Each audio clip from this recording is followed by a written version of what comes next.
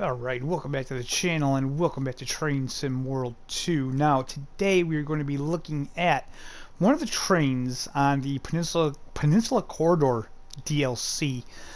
This is based in San Francisco, and we have three train engines, kind of. You have the F40PH-2 Cat, which is a engine for a passenger train. That's a very interesting engine, if I do say so myself. It looks like a freight train engine, but it's not. And then we have the gallery cab car introduction, and this is actually another very interesting kind of engine. But this is the freight train, because on this DLC you can actually run passenger and freight, although there's not a lot to do with the freight side, sadly. But I thought this was a pretty interesting locomotive with what you can do with it. So let's take a look at this.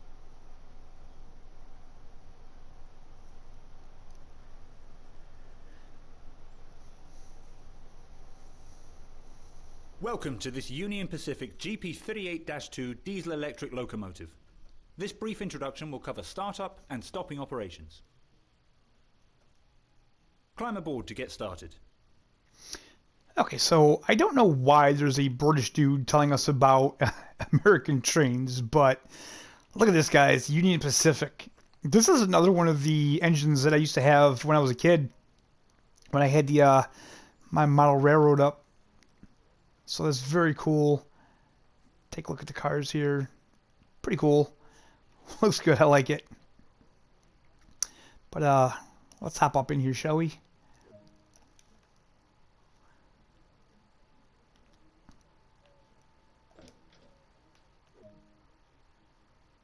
Lights help an engineer see inside the engine room.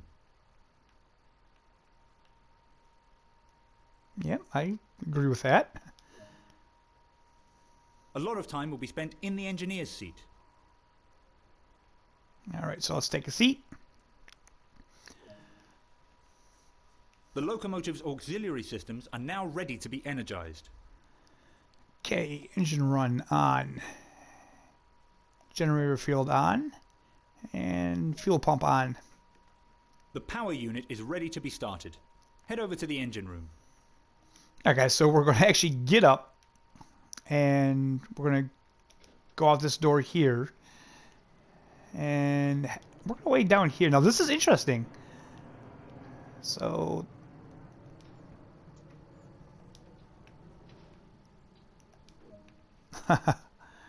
The power unit requires the fuel to be primed before starting. So look at that, we can actually do a cold start on this train. So how cool is that? So The power unit is now ready to start.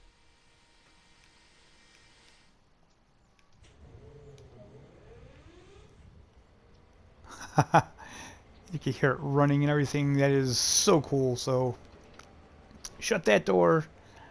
Shut this one. And got to make sure we latch it. There we go.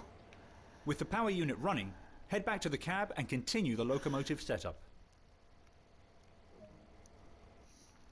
The locomotive controls are currently isolated. Adjust the isolator in order to use them. You won't let me shut that door? Okay. So set the isolator switch to run. We will do that now. Return to the engineer's seat to continue. Yes, sir. The brake mode needs to be set in order to take control of the brakes of the train from this cab. Okay, so we'll set the brake cutout to freight. Releasing the automatic brake will allow the air system to charge. Release the brake. The independent brake can now be applied to hold the train.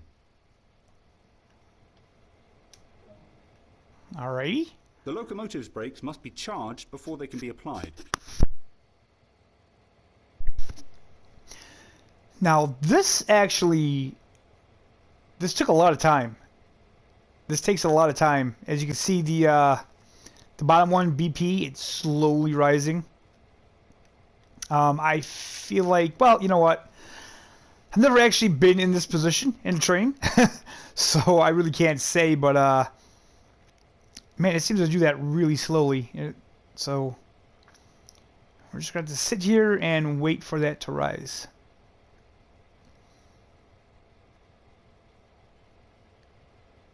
So, it looks like this one here is your brake pressure, because this is rising along with that down there. I wonder what this has to rise to. I know on the Long Island train, the M7, you had to charge it to like 90.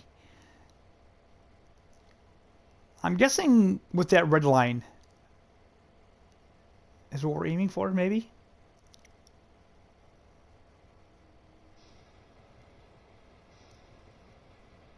Nope.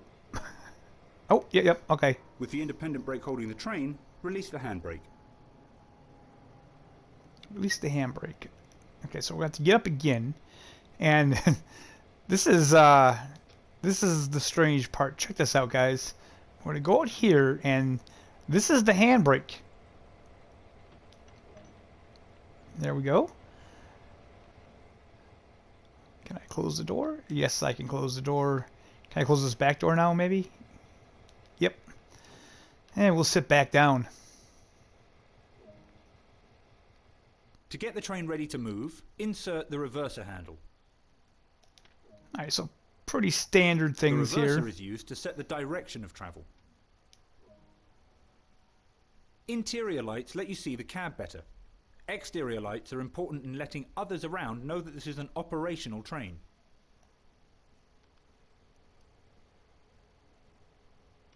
It just says satellite to dim. And gauge lights on.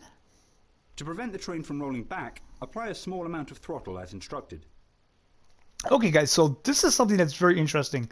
So with this train, as you can see, we have this brake here that's fully applied. And we're not on an incline, but he's saying that with this set, we can put this on notch 3. So we'll just do that. There we go. It's time to get moving. Release the independent brake. Now, as you can see, the power is rising. So now we can release the independent brake, because that was holding us. Increase the throttle There to we start go. moving. Do not apply too much power too quickly.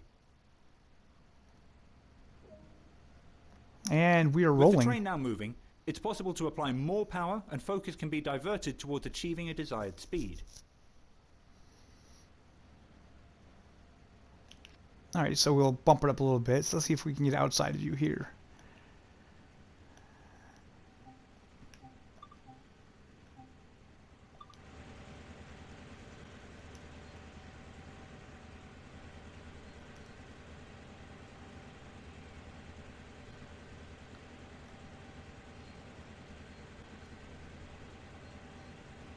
So we're going to bump it up one more notch just to get up to speed.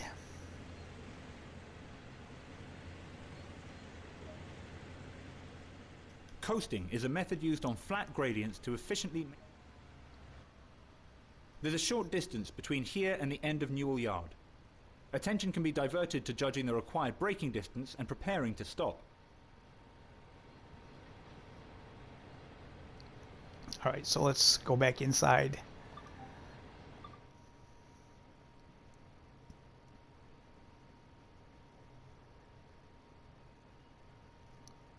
So now basically we just have to bring this to a stop. Where they want us to, we're 0.7 out away from the stop, possibly.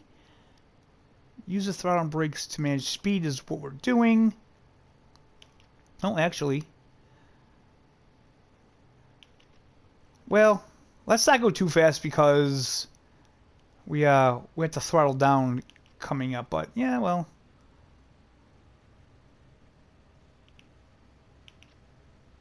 We are going up an incline now, so give it a little bit more juice.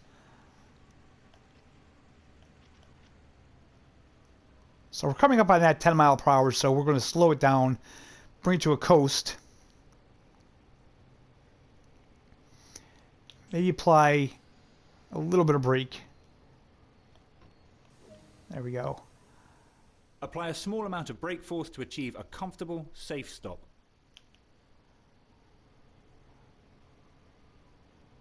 Okay, we still have a little bit to go, so we don't want to come to a stop just yet. So give it just a little bit of juice. Put the throttle on 2 just to keep it rolling. We're maintaining 60 miles per hour, so that's fine. You don't want to go too fast into this. I gotta say, this train is really fun to drive. I really enjoy driving this one. Alright, so now we're going to set that to coast.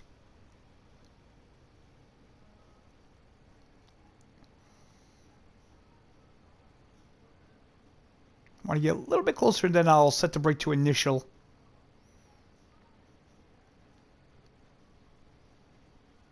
Because as you can see, we are slowing down because we are going at a 0.2% grade, so we're slowing down very nicely for this.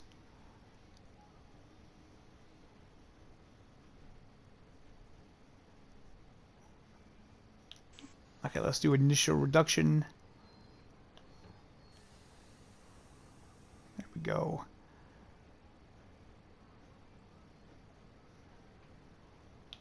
And initial reduction.